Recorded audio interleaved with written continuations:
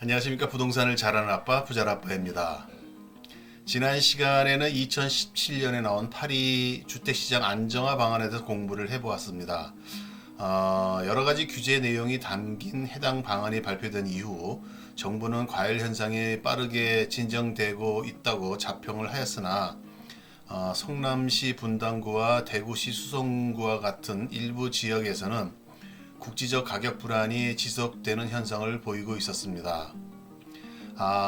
사실 파리 방안 이후에 주택의 거래량은 전반적인 관망세 속에서 전년 대비 소폭 감소하는 모습을 보이기는 했지만 2012년부터 2016년까지의 5년 평균 거래량과 비교해보면 전국은 19.1%, 수도권은 28.7% 증가하여 여전히 거래량이 많은 상태이므로 안심할 상황은 아니었습니다. 이에 따라 주거정책심의위원회를 거쳐서 해당 지역을 투기과열지구로 지정하고 2015년 4월 이후 적용 사례가 없는 민간택지 분양가 상한제의 적용 기준도 개선하겠다는 후속 조치를 9월 5일에 발표를 하였습니다. 오늘 시간에는 그 후속 조치에 대해서 공부해 봄으로써 투기과열지구의 지정 효과와 분양가 상한제의 개요에 대해서 알아보겠습니다.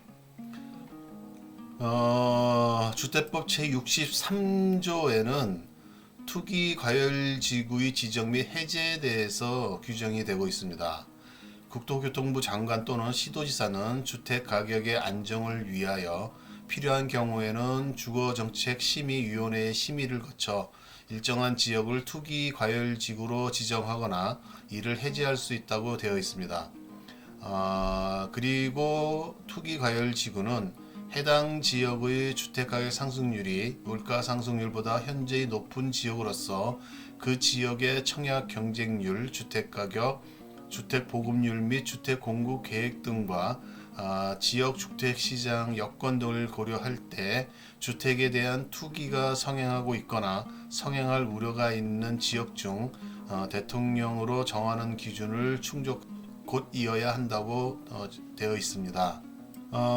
이렇게 투기 가열지구로 지정이 되면 기존에는 청약 1순위 자격 제한, 민영주택 재당첨 제한, 재건축 조합원당 재건축 주택 공급수 제한, 전매 제한, 지역주택주와 조합원 교체 및 신규 가입 제한, 재건축 조합원 지위 양도 금지, 민간 택지 분양가 상향제 적용 주택의 분양가 공시 등의 제한을 받게 되어 있습니다.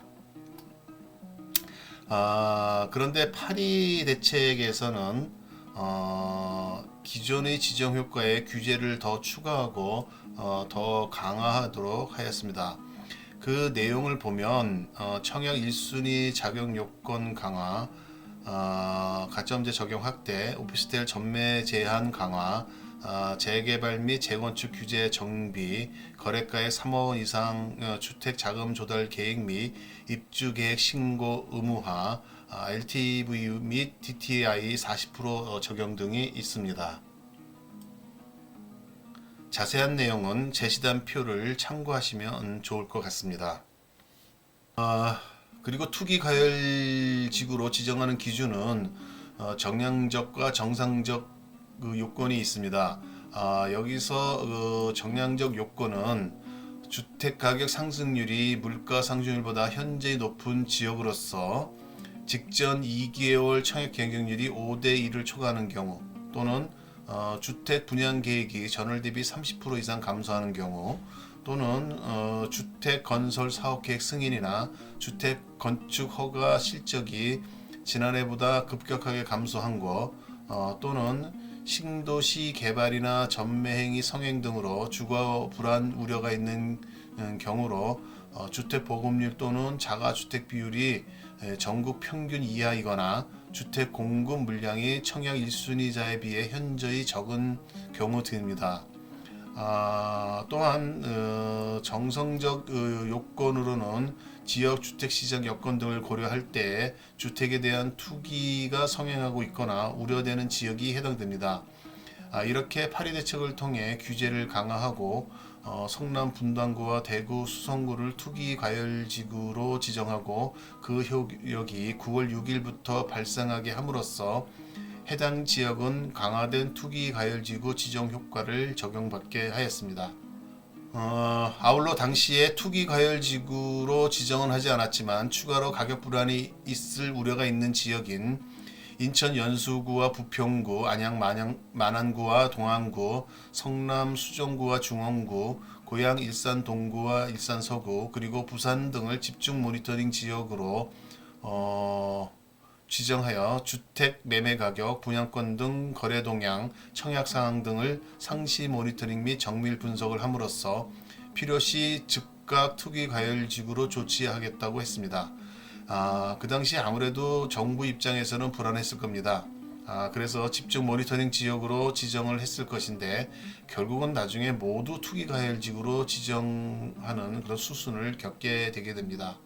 파리 대책에서는 그 고분양가에 따른 시장 불안이 우려되는 지역에 대해 필요시 분양가 상한제 적용 지역으로 선정하게 하였습니다. 당시에는 민간 택지에서의 분양가 상한제 적용 요건이 너무 엄격해서 사실상 적용이 어려웠는데 그 기준을 변경하였던 것입니다. 이에 따라 주택 가격이 급등하거나 급등할 우려가 있는 지역 중 최근 3개월간 주택 가격 상승률이 물가 상승률의 2배를 초과하면서 최근 12개월간 해당 지역 평균 분양가 상승률이 물가 상승률의 2배를 초과하는 경우 또는 분양이 있었던 직전 2개월의 청약 경쟁률이 각각 5대1 초과 또는 국민주택 규모 이하의 청약 경쟁률이 10대1을 초과하는 경우 또는 3개월간 주택 거래량이 전년 동기 대비 20% 이상 증가한 경우 등의 어느 하나에 해당하는 지역은 주거정책심의위원회 심의를 거쳐 상한제를 적용할 수 있도록 하였던 것입니다. 그 선정기준 변경안을 표로 정리했으니 참고하시기 바랍니다. 이러한 분양가 상한제를 산정하는 방법은 분양가를 택지비와 건축비를 합한 가격 이하로 제한을 하는 것입니다. 여기서 택지비는 공공택지의 공급가격 또는 민간택지 감정평가 가액에 가산비를 합산한 금액인데 택지비 가산비 내역으로는 공통으로 연양 및 암석지반 공사비, 흙막이 및 차수벽, 방음시설 설치비, 제세 공과금 등이 있고 공공택지에서는 택지대금 가산이자 등기 수수료, 택지 명의 변경 비용 등이 있으며 민간 택지에서는 간선시설 설치 비용, 지작물 철거 비용, 감정평가 수수료 등이 해당될 것입니다. 또한 그 건축비는 지상층 건축비와 지하층 건축비를 합한 기본형 건축비에 가산비를 더한 것인데 기본형 건축비는 일반적인 품질 수준의 분양주택 건설에 소요되는 설계비, 감리비, 공사비, 부대비 등의 제반 비용 항목과 비용 변동 요인을 조사 분석 산정한 것으로 분양가 상한제 적용 주택의 적정 건축비 산정의 기준 금액을 의미하며 물가 변동을 고려하여 6개월마다 조정을 하게 됩니다. 지상층 건축비는 주거시설, 주민공동시설, 경비실 조경 등 비용으로 주거 전용과 주거 공용을 합한 공급 면적을 기준으로 산정하고 층별로 5단계로 세분을 하며 지하층 건축비는 지하 주차장, 기계실 등 비용으로 지하층 면적 기준으로 산정합니다. 건축비에서의 가산비는 보시는 표와 같습니다. 내용이 많기는 한데 한번 읽어보시면 좋을 것 같습니다. 택지비의 가산비보다 건축비의 가산비가 좀 더 복잡하고 일반인들은 파악하기 쉽지 않겠다는 생각이 듭니다. 여한 이러한 방식을 통해 분양가 상한제에 적용하는 분양가를 계산해 낸다는 것이기는 한데 현실적으로 보면 말이 상한제지 결국은 가격을 정부의 힘으로 통일시키겠다는 것이라는 생각이 듭니다. 그리고 이렇게 가격에 대한 통제를 가하고 인위적으로 정하게 되면 건축업자들은 퀄리티에 손을 대게 되어 있으므로 부실공사에서 자유로울 수 없을 것 같습니다. 자신이 평생 살 집이라면 스스로 택지를 구하고 설계를 해서 자신이 직접 주택을 짓는 것이 좋겠다는 생각도 듭니다. 하지만 단순히 투자 목적이라면 이야기가 달라질 것입니다. 그렇다면 법과 규정에 대해서 잘 알아야 곤혹스러운 일을 당하지 않을 것 같습니다. 자, 이렇게 3회에 걸쳐서 2017년 파리 조치에 대해서 공부를 해보았습니다. 가격이 꿈틀거리고 있는 주택 시장을 안정화하겠다고 정부에서는 자신 있게 대책을 내놓았는데, 해당 내용을 보셔서 아시겠지만 주택의 수요자를 투기 세력으로 보고 주로 수요 중심의 대책으로 일관함에 따라 한계성을 보이고 있었습니다. 그래서 약발이 먹히는 듯 하다가 또다시 백약이 무효인 상태로 바뀌면서 정부는 계속해서 대책을 쏟아내게 됩니다.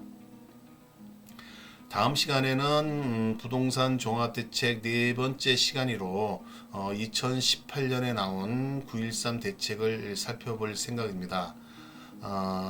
이렇게 순차적으로 정부의 대책을 살펴보게 되면 그 맥락을 이해하게 될 것입니다.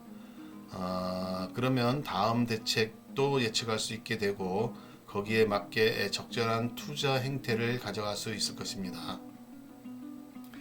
아는 것이 힘이고 아는 것이 돈입니다. 지피지기 하는 자세로 정부 대책에 대해서 공부하셔서 많은 돈 버시기 바랍니다.